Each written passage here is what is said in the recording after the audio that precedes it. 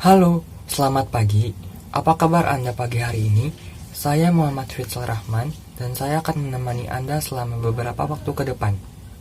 Menteri Keuangan Sri Mulyani mengatakan ekonomi dunia terancam masuk jurang resesi pada 2023.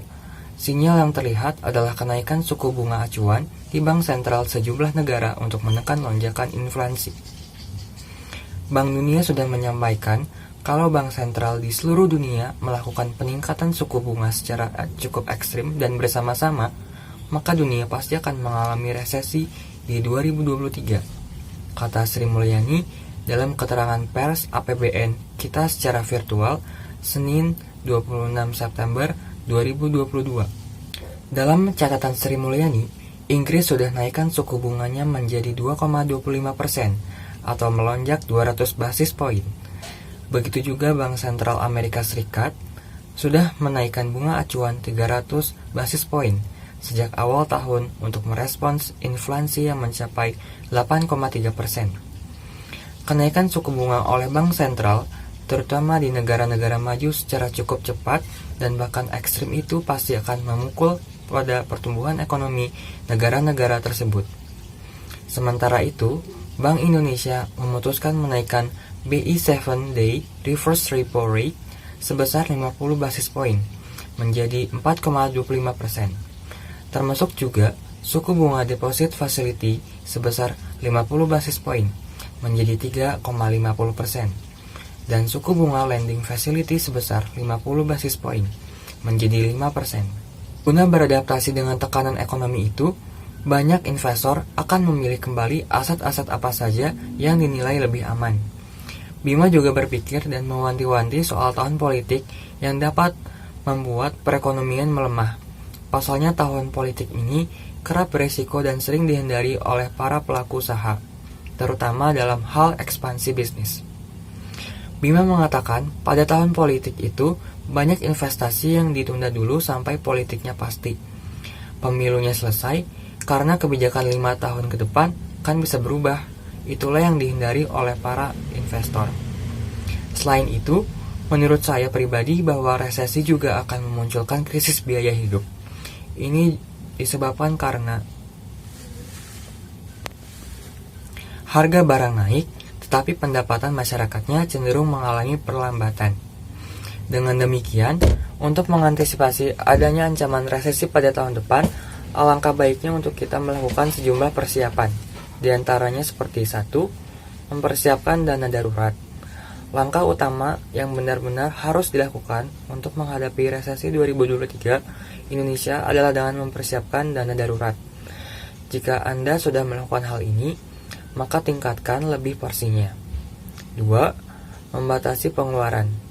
Solusi resesi 2023 selanjutnya masih berhubungan dengan poin sebelumnya. Mulai sekarang, Anda harus segera membatasi pengeluaran yang tidak perlu. Biasanya ini terkait dengan kebutuhan tersier, seperti sering menghabiskan uang untuk membeli barang yang tidak terlalu diperlukan, rekreasi, wisata kuliner, dan lain sebagainya. Ketiga, menambah dan memoles keterampilan. Dampak resesi 2023 yang akan datang salah satunya adalah PHK atau pemutusan hubungan kerja secara besar-besaran. Sebagai masyarakat kelas pekerja, Anda harus menginvestasikan beberapa keterampilan dalam diri Anda. Yang keempat, mempersiapkan pekerjaan sampingan. Resesi 2023 tidak cuma memberi ancaman PHK untuk para masyarakat kelas pekerja, namun resesi pun akan datang mengganggu perputaran ekonomi pribadi masing-masing.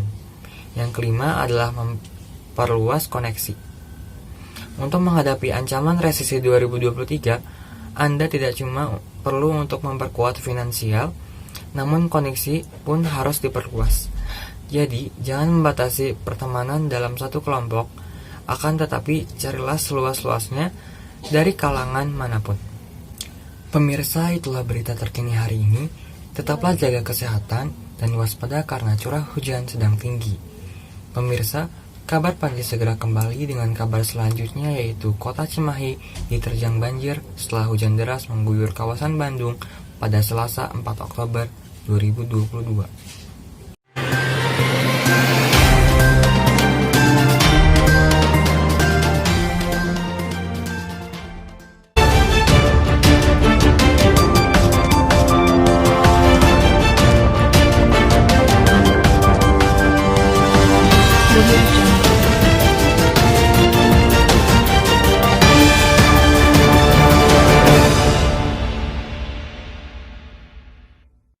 Selamat pagi pemirsa, selama 10 menit ke depan Anda akan bersama saya, Dwi Andika, dalam acara ini membahas berita aktual dan terpercaya.